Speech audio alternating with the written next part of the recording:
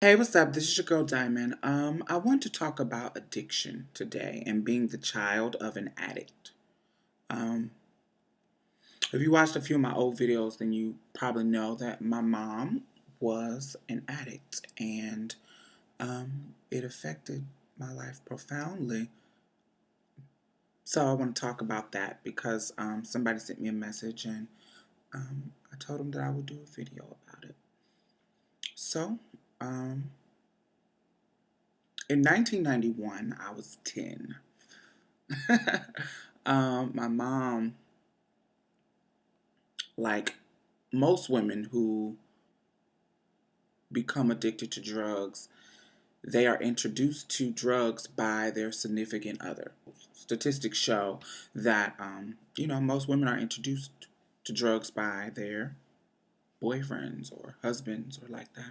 She was in love with my little brother's father, and, you know, experimentation led to drugs. Being 10, I didn't understand. I knew what drugs were. It was at the tail end of the Nancy Reagan "Say No to Dope" um, campaign. Um, so I was bombarded with things about no drugs, no drugs, no drugs. That was when I was in elementary, but you know, as it continued, it switched kind of to safe sex. Like it went from drugs to safe sex. You start seeing TLC with condoms on their eyes. So I was in that stage where the focus was shifting from drugs to safe sex. So I knew about both. I knew drugs were bad, blah, blah, blah, but I didn't know, because I was young, I didn't know the details of it. The rule in my house was anything going on in this house, you don't talk about it at school. Okay?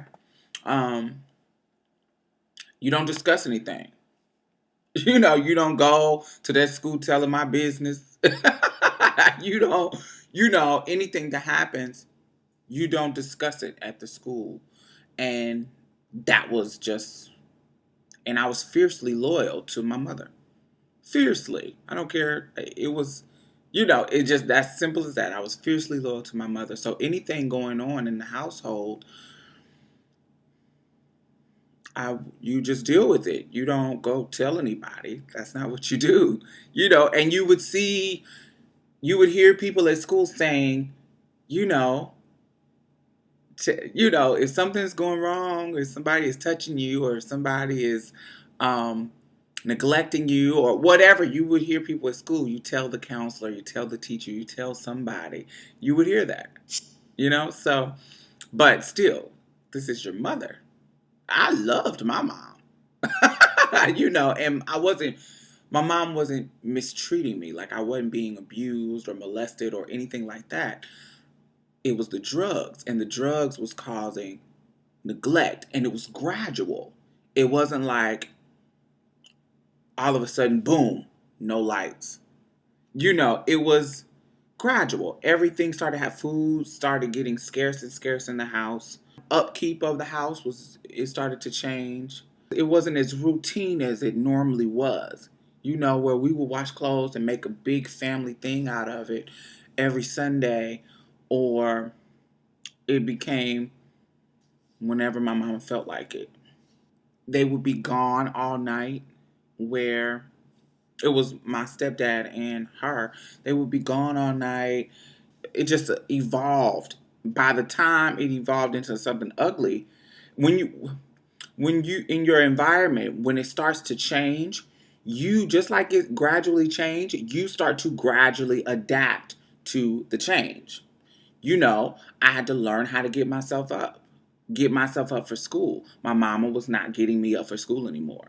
She was not coming in the room checking because she would be gone, or she would be asleep, or, or whatever. So it was no you I adapted as it gradually got worse as a child. I adapted to my environment and it unfolded without my control. Um it got so bad. Like I remember there was no food in the house. It was like 3 hot dogs in the refrigerator. Water, what was in there? We had a some thing of rice that had like roach legs in it, so um nobody ate that. um we had big. I don't know if anybody from the hood, they probably remember there was these big white cans that you get from like Wick or pantries and shit. Is sometimes they had a pig on them where it was pork meat, and then sometimes they had a big old peanut on it. It was peanut butter. So we had a bunch of cans of peanut butter. Um, it was just very little food in the house. It was very little food in the house, and we had my little brother was young. You gotta understand, my little brother was born in '90, so he was like a year at this time. He was like a year old. Um, Definitely still in diapers. The girls, the girl downstairs below us, she had a little girl and a newborn little girl, a little girl that was 7, and they were on drugs too. And my mom and my stepdad and the dad down there and her and the girl downstairs, they would just be gone. And I remember sometimes I would have to teach my little brother, not the youngest one that you guys have met before, but the one that, me and him have issues about me being trans. Um, he, I would have to teach him like the time on the clock, and they would be gone and they would leave the babies, like my little brother and the little newborn baby, and they would leave them. And I would have to teach my little brother how to, okay, at this time, because I would have to go to school. I was only one school age. So I would get all of their bottles. I would pre-make all of their bottles, the baby bottles, and I would tell the one that was 6 or 7. I think he was 5 or 6. He was 5 or 6. I would tell him when this hand gets to here, you put the bottle in the microwave, press this, and feed it to the babies. Make sure you check it on your wrist. Make sure it's not too hot. Blah blah blah. When the clock gets to here, this is when you change the diapers. When the clock gets to here, this is when you take the other bottles out and put them in the microwave and feed them. Da da da da.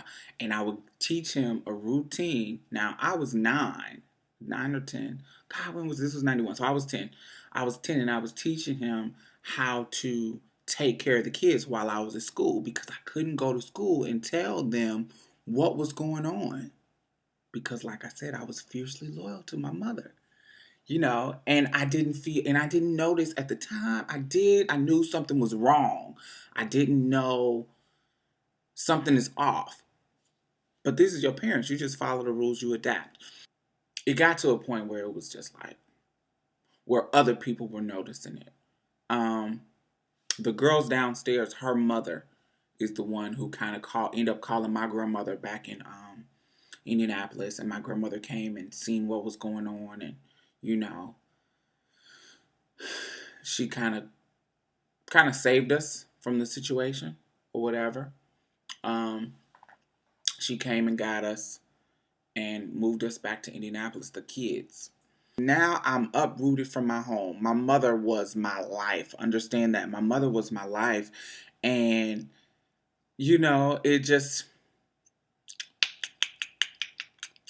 it just was a different environment. I didn't understand, like, what? I went through a stage where I'm like, what is going on? Like, what is this? Like, how could you do this to us? You know, I went through a stage where I was like, how can you don't love us? You don't love us because the mother and child bond is supposed to be the deepest bond. That is as far as the media and pictorial, the mother, you see the Virgin Mary, and the mother's bond is like, oh. oh, the strongest bond in the world. So if that's the case, why couldn't you overcome this addiction? You know, it's like, why couldn't you beat this? Your love for us should be stronger than your need for this drug or your want for this drug or la la la la. So I went through this stage where I was really angry at my mom, and I evolved. When it comes to my mom, I evolved into this person where I was angry. I still was angry at her, but I had so much going on in my life, like with my transition and being in a group home, growing up, growing into a woman, growing, just stuff that was going on in my life outside of my family that I still was angry, but I didn't really think about it. I felt like, she fucked me over. Let me just get my life together or whatever. Um, but the love for your mom really never subsides. It never goes away. So when she would get clean, I would be happy and like, oh, and really ready to give her a chance to rebuild the image I had of her. But every time she would falter, and I didn't understand. I didn't understand until I was in my 20s. And I really started to talk to other people, and I really started to really understand, and I started to study the psychology of addiction. And, this is, and basically what happens is when you are addicted to a drug, it becomes a physical thing. It's no longer just mental. It becomes you are physically, when you do not have this drug, just like when you're hungry, your body says, bitch, get us a meal. We're hungry. Your stomach started to hurt, your headache. You start having these physical things that tell you, I'm hungry. We need to eat. What's up? And that's the same thing that happens with addiction. So if somebody told me to stop eating, could I stop eating? And I had to think about that. No, I would be hungry. I would be going to the store stealing. Bitch, I'm hungry. I'm about to give me something to eat. I'm going to do whatever I need to do to eat. So that's how this physical drug thing is. And I didn't understand that at first, but I'm kind of understanding it. I learned in my 20s. And once I thought about it like that, it's then I had to start to say, okay, well, this is addiction. This has nothing to do with her love for me. This has nothing to do with my mother's love for me. My mother does love me. My mother does care for me. It's just that she's going through something that she cannot control right now. She hasn't gotten control of it. Add on top of the issues she had in her past, and then this coping with this addiction, she just has not gotten control over this addiction. So it started to make me less bitter. It started to make me less angry, and just more understanding. Still a little like, oh girl, get it together, but not, oh, I hate you. You feel what I'm saying? It was more compassion, I guess you would say. It was more compassion. Our personalities match. I love my mom. We have fun together. She's hilarious. And she is, we're not we don't have the type of relationship where we are like this. Even in the midst of drama, me and my mom still are cool. We still have fun, make jokes, and just have a fun relationship, to me. So, it never was an issue like we did our personalities clashed. It was never that. So she relapsed again. But at this time I was older. I was in my late 20s. And I got to the point where now at this point I'm older. She's no longer responsible for me. So this is just her. This is your relapse. This is you. I'm going on by my business and taking care of Diamond. Because I can't put you in a situation where you can hurt me anymore. Like back in the day, I was living with you, I was your child. So what you did affected me. You not paying bills, da da da. But as much as I wanted to blame her as I was older, still, you're still an adult. You have to take care of yourself. Your mother is not there. Your mother should not be the one who's taking care of you. So you're taking care of yourself. So if she wants to go smoke all the crack and do all this kind of stuff, that's on her. Get your shit together so that won't affect you.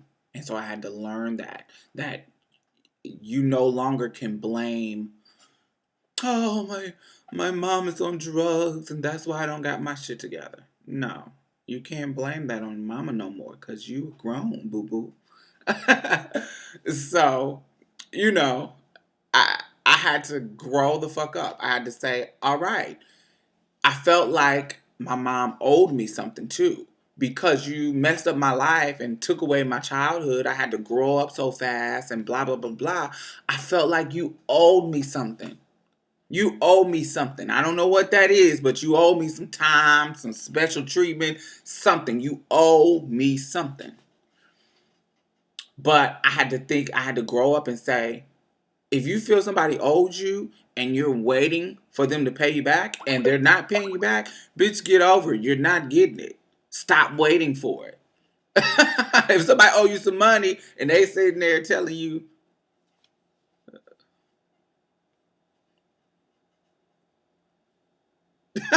it's like you're gonna sit there and be mad and angry and wait for them to give it to you. No, you're gonna move on.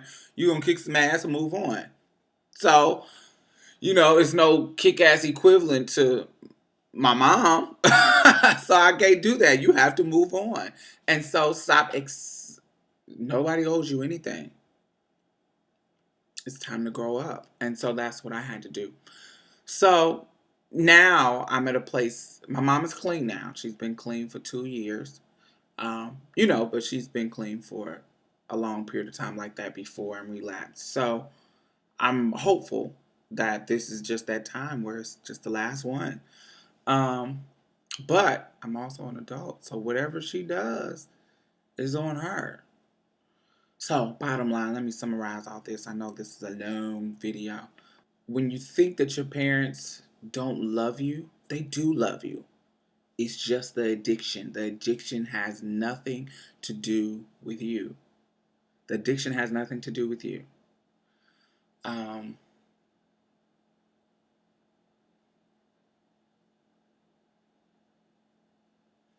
if you're older, remember, you are an adult. You're responsible for yourself. So get your stuff together so when they do relapse or if they do fall off the wagon, they are not affecting you. Okay? And last but not least, nobody owes you anything. Don't expect to get it. Forgive and move on. All right, I didn't get what you owed me, so holla. That's not, nobody owes you anything. Get over that. So don't feel like somebody owes you. And that's what I think. When you get those 3 steps, the addiction, it doesn't matter. Now, hey mom, how you doing? I love you. You doing okay? You need something? Blah blah blah. All right, have a good day. It's kind of like, I'm cultivating the love. I'm trying to rebuild the love. Instead of focusing on all the negative and feeling somebody owed me, I'm trying to focus on the future. So, all right, that's my whole thing on addiction. Let's just go, Diamond. Bye bye.